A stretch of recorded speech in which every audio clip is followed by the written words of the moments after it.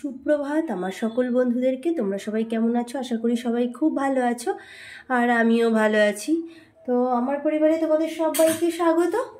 আর আজকে আমি একটু অন্যরকম রান্নাটা করব। সেটা হচ্ছে আজকে আমি কাতলা মাছের কালিয়া করব। তো এখানে দেখো, কাতলা মাছগুলো নুন, হলুদ আর তেল দিয়ে আমি মাখিয়ে নিয়েছি। তো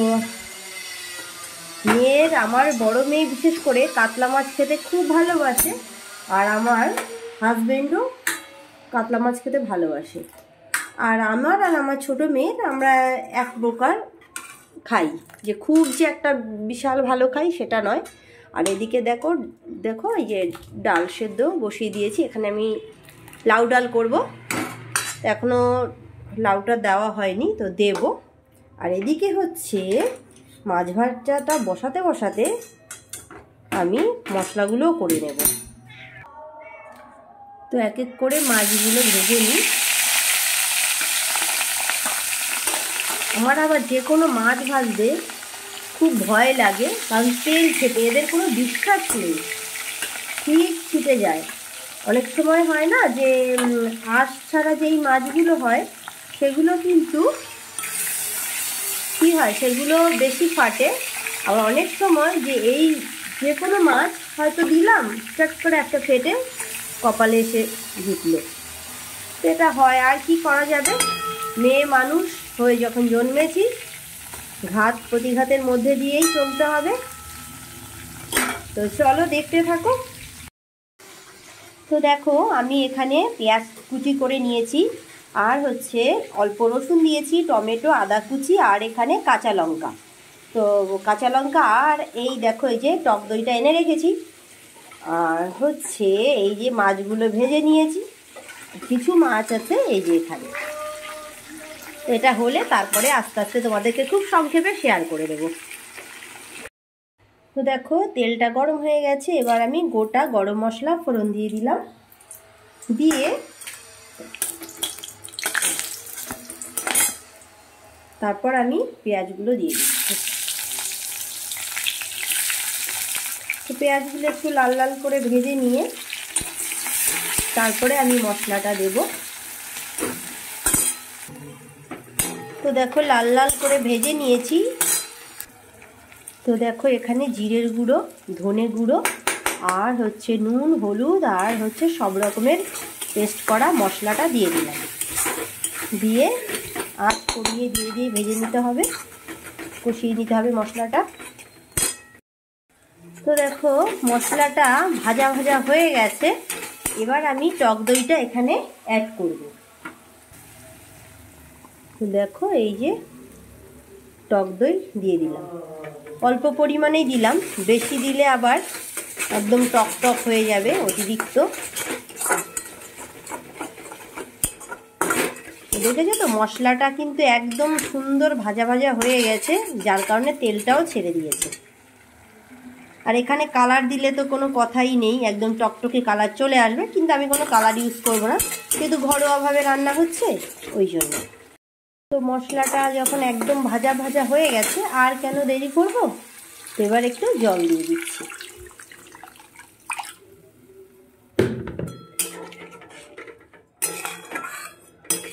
তো জল দিয়ে এবার আমি 5 মিনিট টাইম দেব, জলটা ফুটুক, তারপরেই মাছটা দেব। তো দেখো 5-7 মিনিট পর আমি মাছটা দিয়ে দিলাম, দিয়ে আবার 3-4 মিনিট মতো ফোটালাম, ফুটিয়ে একদম মানে রান্নাটা কিন্তু রেডি হয়ে গেছে। এবার আমি এর মধ্যে ধনেপাতা কুচি দিয়ে দিলাম, আর তারপর গ্যাসটা অফ করে একটু ঘি আর গরম মশলা দিলেই আমার কাতলা মাছের কালিয়া একদম রেডি।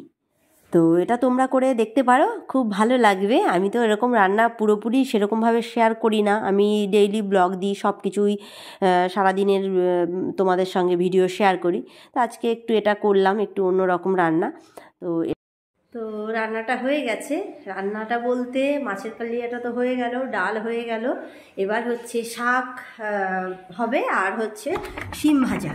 তো ওই জন্য এবার মুখে একটু কিছু লাগাইনি, স্নান করেছি সেই অনেক আগে। আর স্নান করে জানোই তো যে আমি তারপর হচ্ছে ওই যেটা আজকে আবার একটু দই হলুদ এ সমস্ত দিয়েছিলাম। তো এখন যেটা করব সেটা হচ্ছে এই যে পতঞ্জলির অ্যালোভেরা জেল, এই দেখো। তো অ্যালোভেরা জেল আর এই যে ভিটামিন ই ক্যাপসুলটা একটু দিয়ে দেবো। তো দেখো এই যে একসঙ্গে একদম মিশিয়ে নিলাম, কারণ শীতকালে বোঝোই তো এত শুষ্ক ওয়েদার, কিছু করার নেই, একটু নিজের জন্য তো টাইম বের করেই নেব। এই দেখো হয়ে গেল, জাস্ট রান্নার শিম ভাজাটা হচ্ছে, আর শাকটা যেহেতু ধুয়েছি জল ঝরাতে দিলাম। এবার হচ্ছে এইভাবে একটু নিজেকে একটু গুছিয়ে নিই, একটু হালকার ওপরে একটু এইভাবে করে নিলাম। দেখো চোখটাকে একটু এরকমভাবে ঘুরিয়ে নিতে হবে, চোখের চারিদিকটা।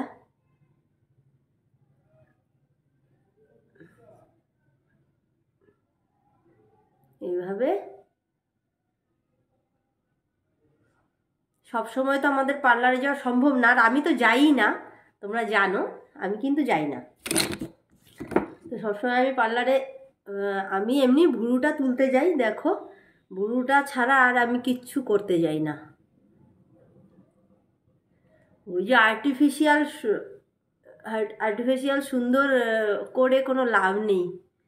ওই দুদিন তাও তো বলবো বাচ্চাদের এই যে সমস্ত মায়েরা প্রতিদিন বাচ্চাদেরকে আনতে যায়, তারা একটু ঘরোয়া টিপসগুলো যদি ফলো করে তো সেক্ষেত্রে হয়ে যায়। আর এগুলোতে তো খরচ না, ঘরে যা আছে ওই সবজি দিয়ে এই ঘরের এই যে ভিটামিন ই ক্যাপসুলটা, এটাই একটা কৌটো এনে রেখেছি।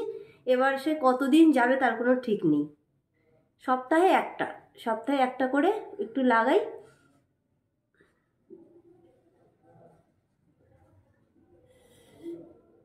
এই দেখো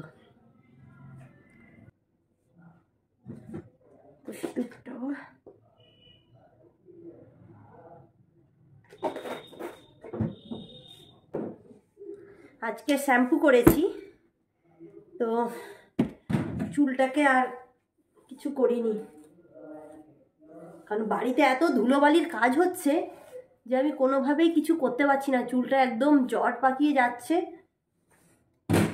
কোনো কিছু করতে পারছি না। যাই বলো তাই বলো, এটা আমার একটা বড় রোগ। মানে যদি মাথার চুল মানে আমার হাত দিয়ে মনে হয় যে কেমন একটা খসখসে, তখন না আমার আর ভালো লাগে না। সে আমার ঠান্ডা লাগুক যাই লাগুক আমি শ্যাম্পু করে নিই। ওয়েদার এত খারাপ, তাও আমি এই ওয়েদারে শ্যাম্পু করে নিলাম, নিয়ে তারপরে এখনও কিন্তু চুলটা একটু ভেজা তো একটু সিল্ক অ্যান্ড শাইন লাগাচ্ছি, কারণ ওটা না লাগালে তো মানে একদমই চলবে না। এমনিতে আমার একটু কার্লি হেয়ার, তারপরে তার উপরে আবার চুলটা স্ট্রেট করেছিলাম, তো ওই জন্য চুলটা একটু রুক্ষ মতো হয়েছে। জানোই তো যে প্রচুর ড্যামেজ হয়ে যায় চুল, তো সেটাই হয়েছে। এখন এমনি আমার কার্লি হেয়ার যে যখন পুরোটাই ছিল, আমার চুলটা খুব নরম।